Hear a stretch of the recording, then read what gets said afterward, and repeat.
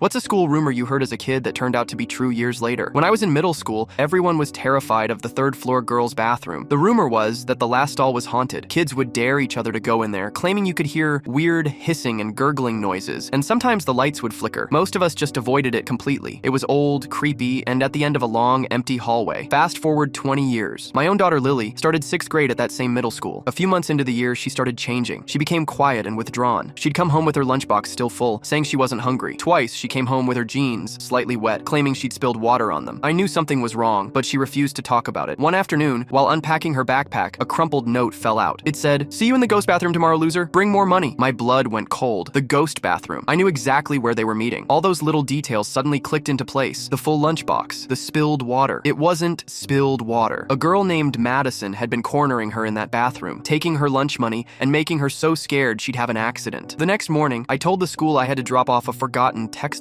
for Lily. Instead, I went straight to the 3rd floor. The bathroom was just as I remembered. I walked to the last stall and stood there, listening. Sure enough, I heard it. A low hissing sound, then a loud gurgle from inside the wall. It was just the ancient plumbing. The pipes probably ran right behind that stall. The flickering lights were just bad wiring. The bullies were using a childhood ghost story as a cover. No one would ever walk in on them because the entire school was too scared to use that bathroom. I needed proof. That evening, I bought a small digital voice recorder shaped like a pen. I told Lily, "I want you to put this in the side pocket of your backpack tomorrow. If Madison follows you into the bathroom, just drop your backpack on the floor near the sinks and leave it there. This is just to keep you safe." She was scared, but she agreed. When she came home the next day, her eyes were red from crying. She handed me the recorder without a word. I went into my room and pressed play. It was worse than I imagined. I heard Madison and her friend threatening Lily, the sound of coins clinking as they took her money. Then I heard the bathroom door open. A man's voice said, "Girls, what have we discussed? Not in here. The sound travels." It was the principal, Mr. Abernathy. My heart sank with relief, thinking he was about to save her. But then he continued, "Madison, your mother will be upset if you get caught again. Take care of this out by the bleachers after school." Madison was his daughter. He wasn't stopping the bullying. He was coaching her on how to get away with it. He knew the bathroom wasn't haunted. He was using the school's own ghost story to give his daughter a private place to torment other kids without witnesses. I didn't go to the school board. I took that recording straight to the police and the local news. The story was on the evening news the next day, featuring the audio of the principal advising his daughter on how to be a better bully. He was fired immediately and faced an investigation for child endangerment. Madison was transferred to a different district. The school had to spend thousands to fix the haunted plumbing, and now there's a line to use the once terrifying 3rd floor bathroom.